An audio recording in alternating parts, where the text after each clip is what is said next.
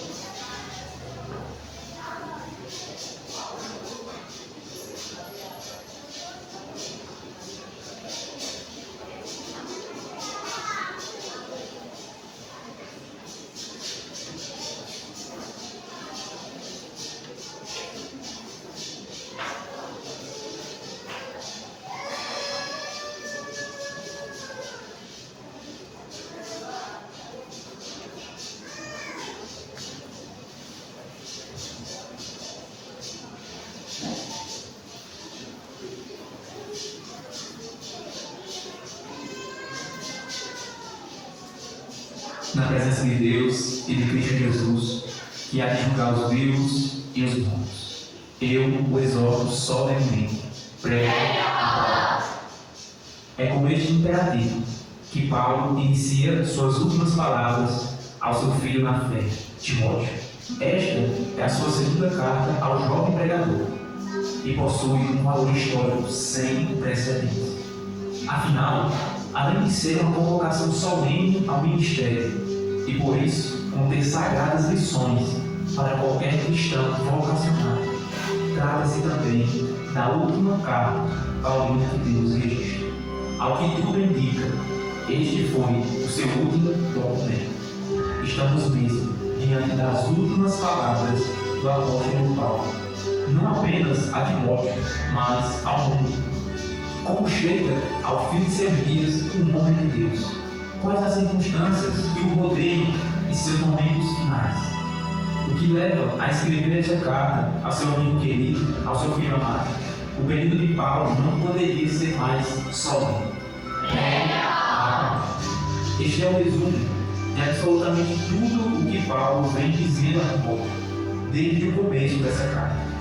Não é uma carta qualquer, é uma convocação última e urgente, para que Timóteo se erga de suas limitações e de seus temores e assuma o lugar de seu tutor. Uma vez que Paulo está mesmo chegando ao fim de sua jornada ministerial, é hora do jovem Timóteo se erguer com ainda maior compromisso e valentia. Paulo diz se lembrar das lágrimas sinceras de Timóteo e da fé não fingida que ele recebeu de bom grado e acolheu no peito por meio da fala de sua mãe e de sua avó Glória. Deus não nos deu espírito de covardia, mas de poder e amor e equilíbrio. Foi o que Paulo lembrou a Timóteo no primeiro capítulo desta carta, enquanto fazia referência à santa vocação que Cristo nos fez.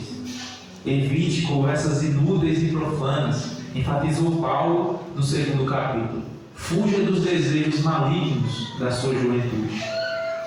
No capítulo 3, Paulo se recusa em esconder de seu discípulo a face escura do ministério e discernir: todos os que desejam viver piedosamente em Cristo serão perseguidos.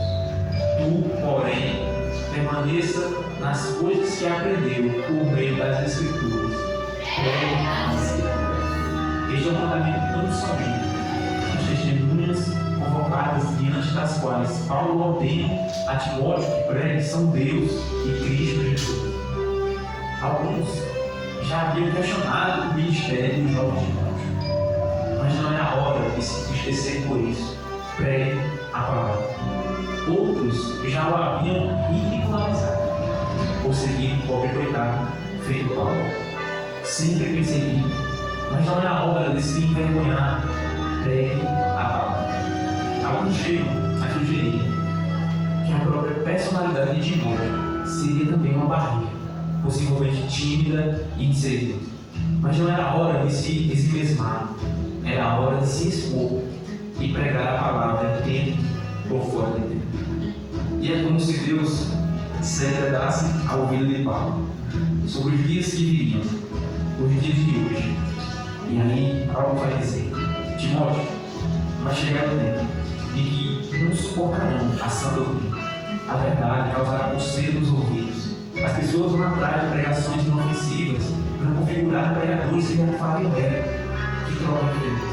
A tua verdade pela sua vida. Fábulas e mitos podem emocionar, mas são incapazes de nos salvar eternamente.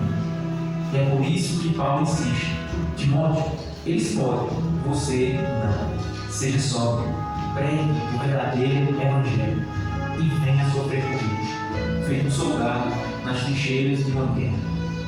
O abandono em massa do evangelho e o fracasso coletivo de boa parte dos primeiros convertidos não eram as únicas razões pelas quais Timóteo deveria se posicionar em favor da igreja, assumindo sua vocação.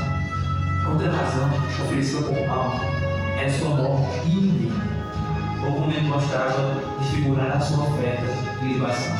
Os rituais e sacrifícios praticados no Velho Testamento incluíam essa tal oferta de libação, que seria o momento em que o altar, sobre o qual os animais eram sacrificados, seria lavado por algum líquido, geralmente vinho ou óleo. O aroma perfumado destes líquidos denunciava que já estava chegando no fim da cerimônia. Essa foi a figura usada por Paulo para descrever sua morte. Ele não desenha essa tela com cores densas, escuras, mas com um vivo vermelho de um vinho sendo aspergido. Não tem cheiro de medo ou luto, sua morte tem cheiro de vida e festa. As rimas não são azedas e melancólicas, não. Sua morte rima com o doce do vinho. E este é precisamente o convite de Paulo a Timóteo: venha sofrer comigo.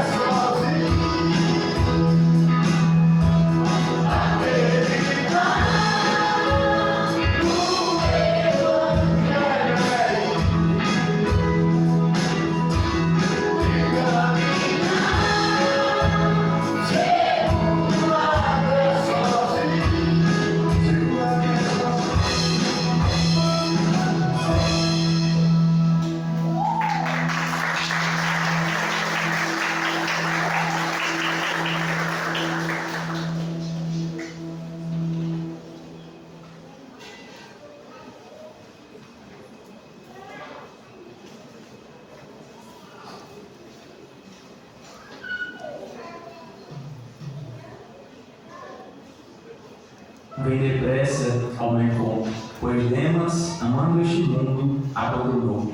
Crescente foi para a Galácia, Tito para a Dalmácia. Só Lucas está comigo. Traga Marcos, ele me é útil.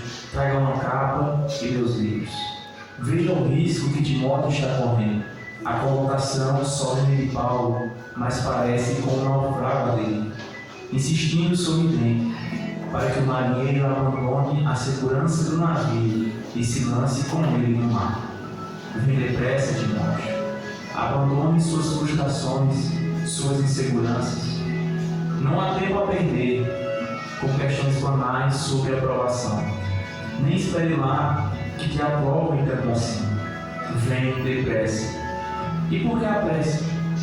Paulo vai dizer que, em primeiro lugar, Timóteo deveria se apressar porque Demas o abandonou. Amando o presente século, o abandonou. Este é o mesmo Demas que foi citado na carta de Colossenses, ao lado de Lucas, certamente um companheiro na jornada paulina. Depois, ele foi citado novamente em Filemão como um cooperador de Paulo. E aqui ele encerra sua jornada, recebendo o pior dos adjetivos para um cristão: fujão. Agora vejam, se Demas abandonou o Evangelho por amar aquele século primitivo, quais seriam as nossas chances? Como nós certificarmos que eu também não seja tomado como um desses que cooperam na causa nobre do Evangelho, mas fogem na hora da morte, feito aqueles que seguiam a Jesus, mas se recusaram a comer de sua carne e beber de seu sangue? Como Timóteo permaneceu, como eu poderia permanecer? Paulo lembra a Timóteo, ainda nesta carta, que seu sucesso não estaria garantido pela força do seu próprio braço, mas na graça, no favor imerecido de Cristo. Foi por essa graça que Pedro bradou uma das afirmações áureas da fé cristã: como eu poderia fugir? Para onde mais eu iria? Só tu tens palavra de vida eterna. E o abandono de Demas não é a única razão pela qual Timóteo precisa se apressar. Paulo vai continuar dizendo: Crescente foi para a Galácia, Tito para a Dalmácia. E nesse caso, não se trata de abandono de fé, se trata de desdobrar-se em tantos quantos podiam, a fim de atender uma demanda gigante. Os campos estavam brancos e poucos eram os ceifeiros. E os poucos que ali ainda se mantinham fiel ao Evangelho se desdobravam.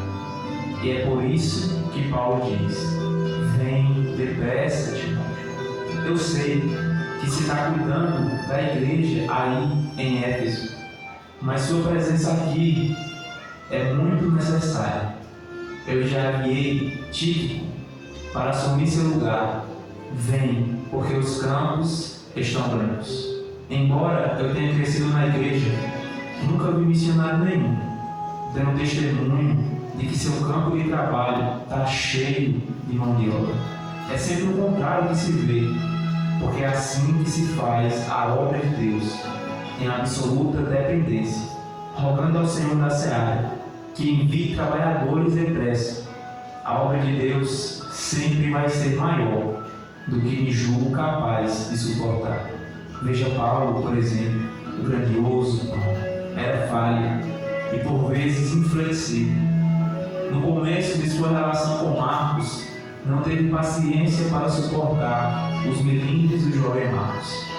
Mas aqui, no final de sua jornada, como um de seus últimos desejos, pede a Timóteo: traga Marcos com você, ele me é útil. A obra de Deus é feita por gente falha como Paulo, mas que ao modelo de Paulo se deixam persuadir pela ação do Espírito Santo através de mim. Algum Paulo já te machucou por aí? Perdoe, dê tempo ao tempo. Algum Marcos já lhe tirou do sério? Espere e vê bem se ele não termina sendo no fim das contas útil para você na jornada cristã. Toda essa solidão paulina fica ainda mais evidente na próxima frase. Traga-me uma capa e não se esqueça dos meus livros. Paulo está só, sente frio, sente falta.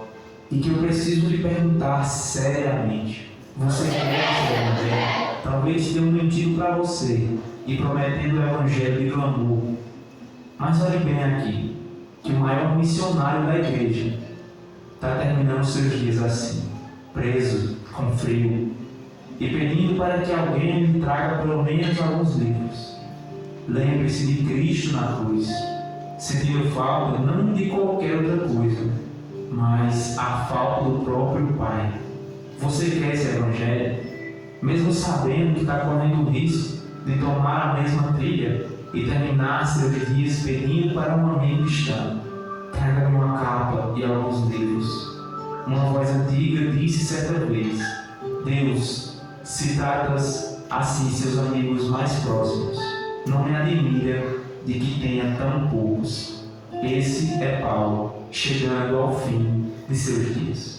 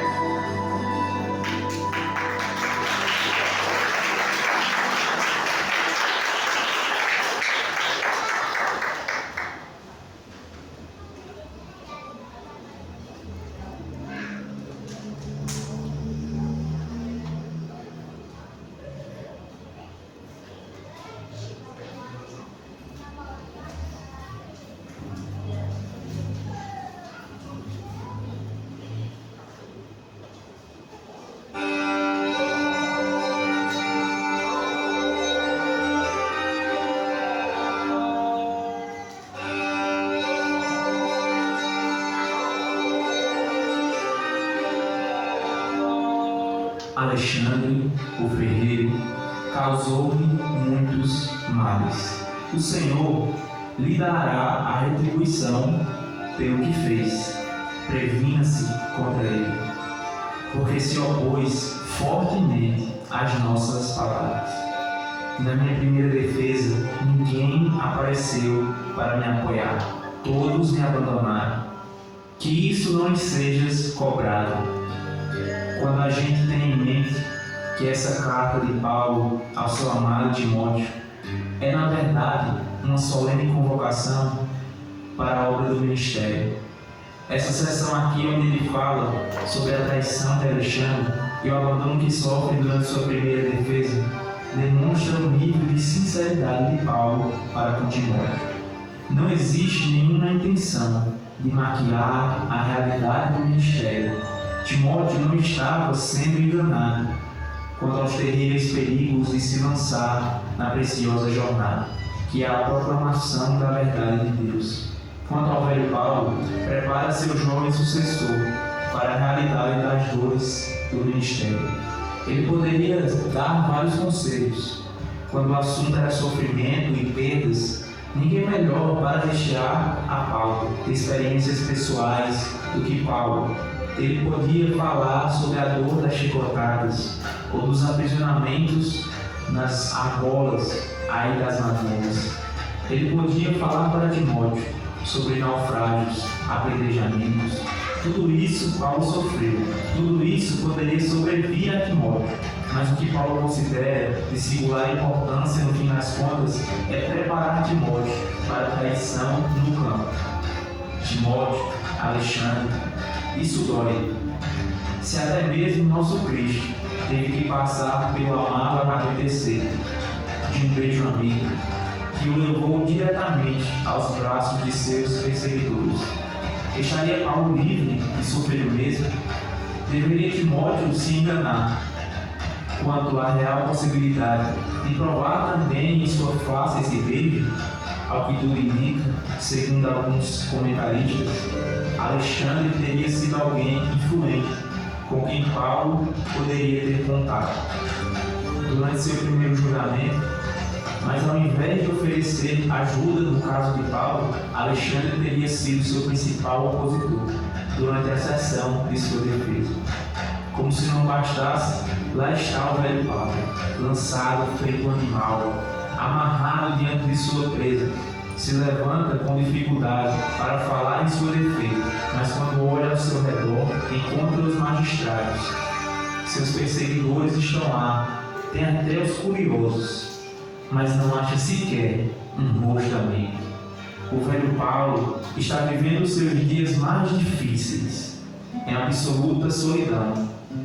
Ele, que tanto desejou partilhar de sofrimento de Cristo, se vê agora como ele em sua cruz, abandonado por seus amigos. Quem de nós suportaria essa pressão, sem amaldiçoar a si mesmo, sem desacreditar a sua própria jornada? Valeu a pena, Paulo? Vê bem aí, ao seu redor. Gastou sua vida em favor de tanta gente, abraçou tanto por aí, e no dia de sua terrível dor, quantos estão aqui para lhe devolver esse abraço? Valeu a pena, velho Paulo?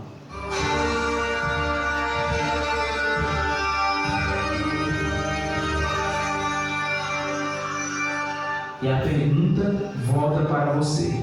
Você quer ser? Olha bem para esse texto e me responda. Quer mesmo correr o risco de chegar nos últimos dias de sua jornada como o velho Paulo, como o seu Cristo? Olhe bem, veja bem. Se você começar a se envolver demais com esse negócio de igreja, de Cristo, de Evangelho, você vai ter que começar a perder algumas coisas que qualquer um considera de grande estima. Se seu envolvimento chegar até o pescoço, é possível que perca alguns amigos, talvez aquela promoção tão sonhada na carreira profissional, porque as ideias do Evangelho vão bagunçar a sua cabeça de uma forma bem estranha a princípio. E você corre sérios riscos de ter de configurar sua postura pública e privada. Você quer esse Evangelho? Se chegar ao ponto de envolver-se até submergir no oceano desse Evangelho, e já não saber mais quem é você e quem é Cristo. Aonde começa Cristo em você e até onde vai você em Cristo. Você pode chegar, sim, ao ponto de estar sozinho, escrevendo para algum amigo distante: ei, me envia aí uma carta e alguns livros. Mas as Escrituras garantem que não é possível de forma nenhuma que você chegue ao seu último dia sem a presença do mesmo Cristo que o encontrou. Com o mesmo olhar compassivo que lhe acolheu, Paulo continua o texto dizendo: mas o Senhor permaneceu ao meu lado e me deu forças para que por mim a mensagem fosse plenamente proclamada. O Senhor me livrará de toda obra maligna e me levará a salvo para o seu reino celestial. A Ele seja a glória para todo sempre. Amém. O convite do velho Paulo ao seu amado Timóteo não era para se jogar em absoluta insegurança, num mar revolto. Afinal de contas, não, era o oposto. O convite de Paulo era para que Timóteo subisse ao navio mais firme, aliás, que subisse na rocha inabalável, que é Cristo. Por isso, a insistência. Timóteo, eles podem regredir. Pode acontecer daquele lado de cair e o outro te machucar. Na verdade, vai acontecer de muitos virarem as costas por evangelho que você proclama. Tu, porém, permaneça firme, Timóteo. Eles podem, você não.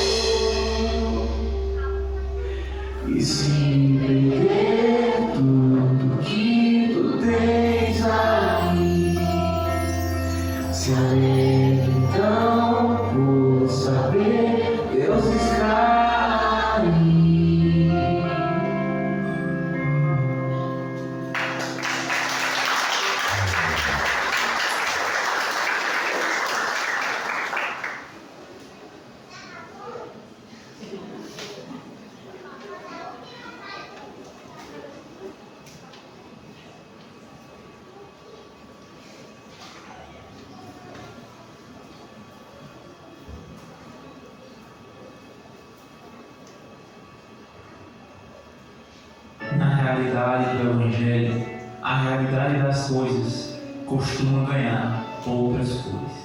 Morte aqui tem cheiro de vida, e o choro, às vezes, ganha contornos amarelos e soa festivo. Na realidade subversiva do Evangelho, é tanto que se recebe. Eu sei que você tem sido treinado para reter. Sucesso para a gente é retenção em massa. Mas veja, o sucesso de Cristo foi medido pelo nível de seu esvaziamento. Enquanto Paulo está, aos olhos de todos, ali no tribunal, sozinho, abandonado, sujo, doente, ele vive, na verdade, seus momentos de maior alegria. Ao relatar esse episódio, ele deixa escapulir uma pequena e bela canção de louvor. A ele seja a glória para todos sempre. Amém. Ele nunca esteve tão bem acolhido como em sua solidão.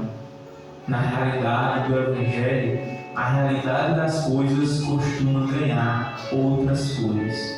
Estamos caminhando para as últimas palavras dessa carta, as últimas palavras registradas do grandioso Paulo, aliás, do pobre coitado e aprisionado Paulo. Porque, na realidade do Evangelho, a realidade das coisas é outra. Saudações a Priscila e a Áquila, e a casa de Onésimo. Erasto permaneceu em Corinto, mas deixei Trófimo doente em Mileto. Procure vir antes do inverno. Eu, Prudente, Lino, Cláudio e todos os irmãos enviam-lhe saudações. O Senhor seja com o seu espírito. A graça seja com você. Como chega ao fim de sua jornada um homem de Deus? Paulo chegou assim, aparentemente sozinho, mas nenhuma gota de amargura no peito. Antes, saudações e gratidão são exaladas por meio de suas palavras. Ele fez menção de amigos queridos, com quem dividiu momentos importantes na fé. Priscila e Áquila, que já haviam partilhado estrada missionária com Paulo em ocasiões passadas. Onésimo, que já foi mencionado por Paulo como alguém que o animava muito. Cita Erasto também, possivelmente tesoureiro na igreja em Corinto, uma igreja que parece ter demandado muito da atenção do apóstolo. Como chega ao fim um homem de Deus? O que Paulo está se ocupando em fazer nos últimos momentos de sua jornada? Bem, Paulo estava fazendo aqui o que fez durante todo o seu ministério. Ele está pensando nos outros. Deixei Trófimo doente em Mileto. É quase como ver a Cristo ali no madeiro, em grande dor e agonia, mas ainda assim reservando algum momento para cuidar de sua mãe e de seu discípulo mais novo.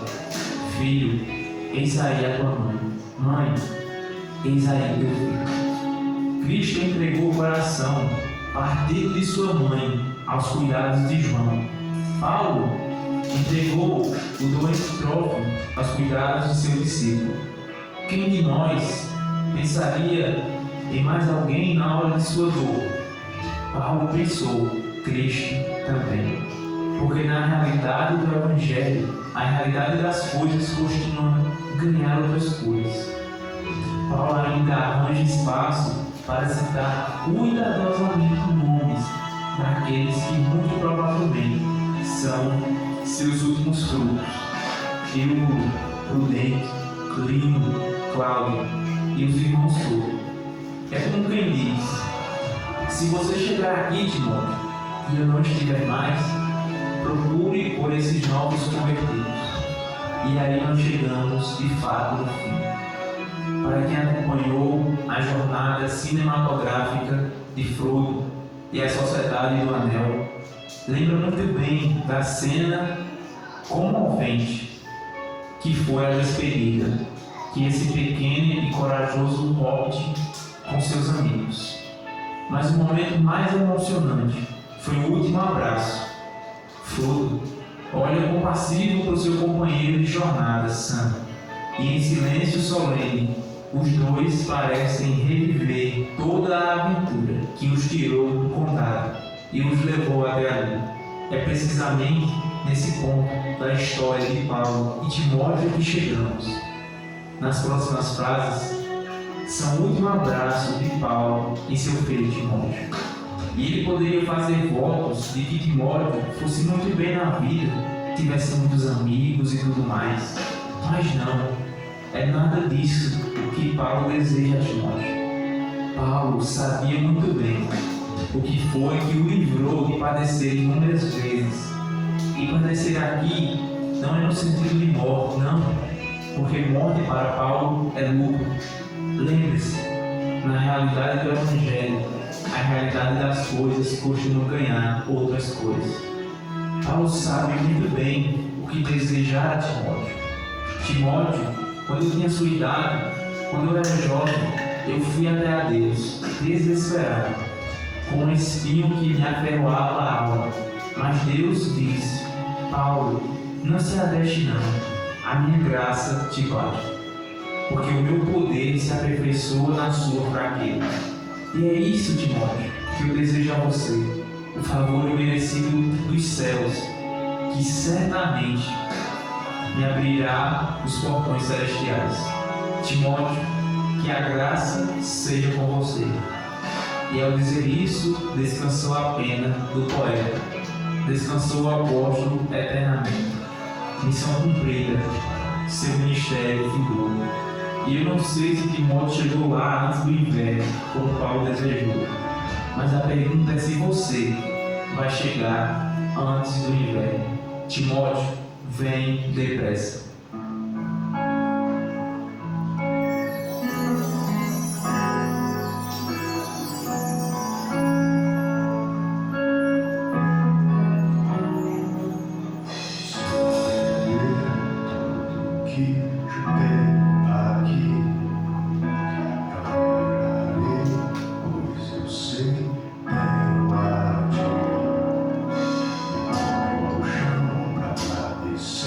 O teu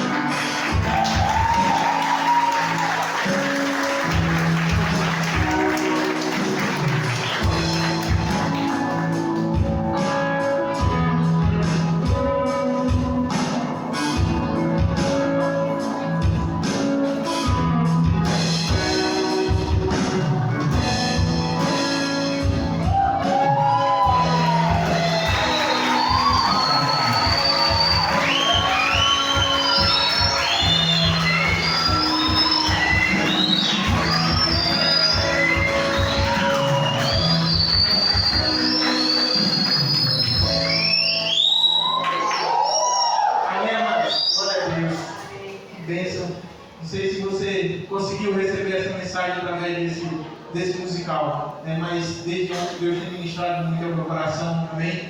Glória a Deus. Na verdade, desde alguns dias que a gente vem passando os ensaios, Deus tem ministrado ao meu coração. E eu queria aqui fazer um breve resumo da mensagem que esse musical nos transmite, né? Um resumo breve, que eu vou repetir aquilo que eu falei ontem, então quem esteve ontem vai ouvir novamente, né? Mas esse musical ele nos passa a mensagem, uma mensagem verdadeira, do verdadeiro Evangelho, né?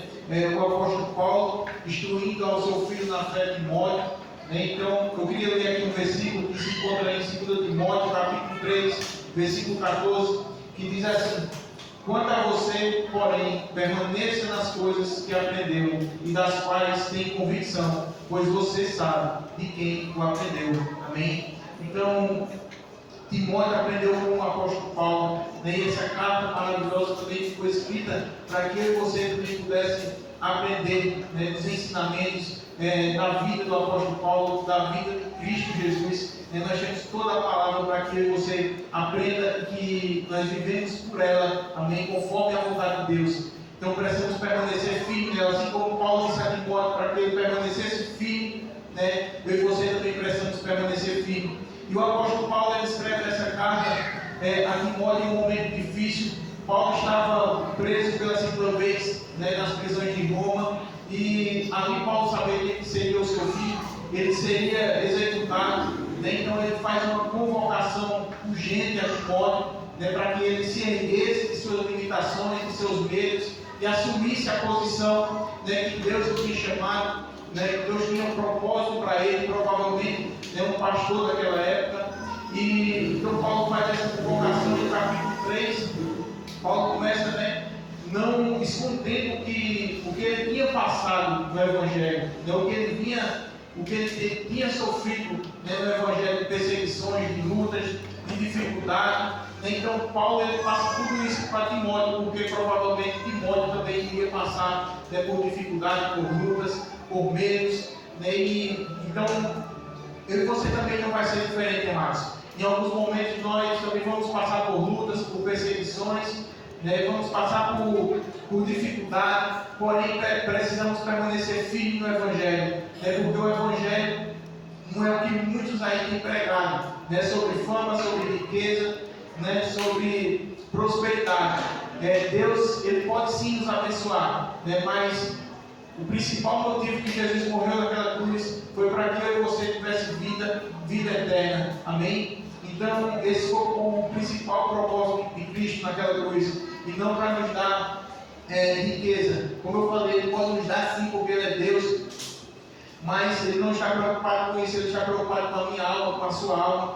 Né? E Jesus disse, lá em Lucas capítulo 9, versículo 57 e 58, Jesus ia ali andando em um caminho, né, e certo homem lhe disse, né, que iria segui-lo por onde quer que ele fosse. E Jesus diz: as raposas têm suas locas, as aves do céu têm seus ninhos, mas o filho do homem não tem onde reclinar a cabeça.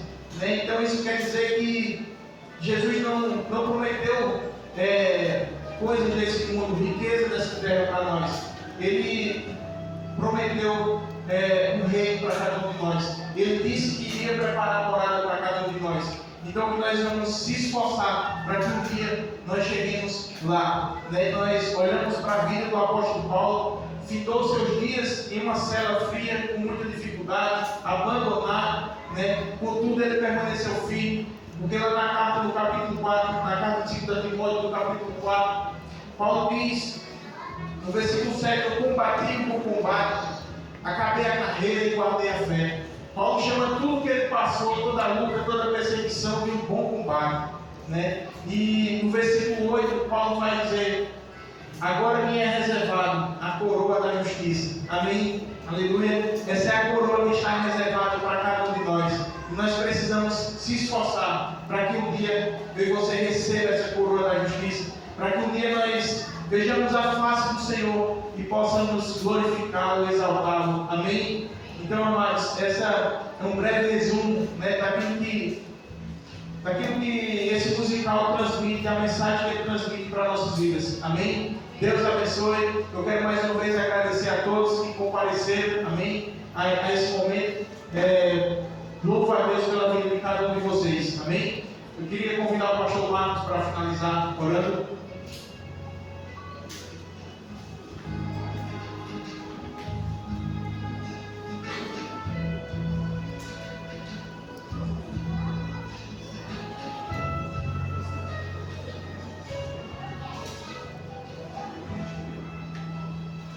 Amém, amados. Boa noite.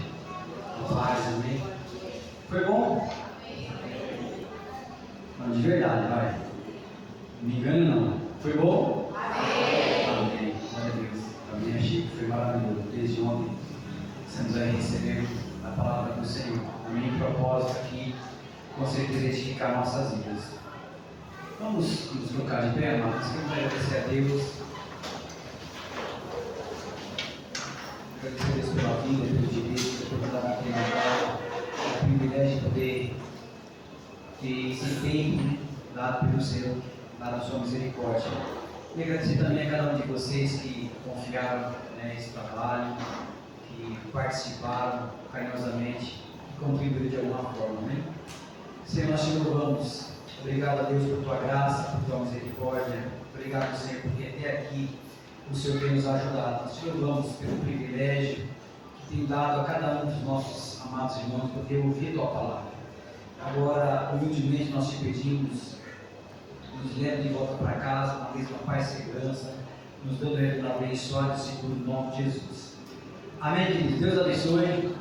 Daqui a pouquinho também vou passar para o pessoal. Provavelmente amanhã a gente vai dar um repeteco na Igreja das Nações. Amém? Se você perdeu parte e quer repetir a dose, provavelmente acho que vai dar certo. Amém? Vou repetir.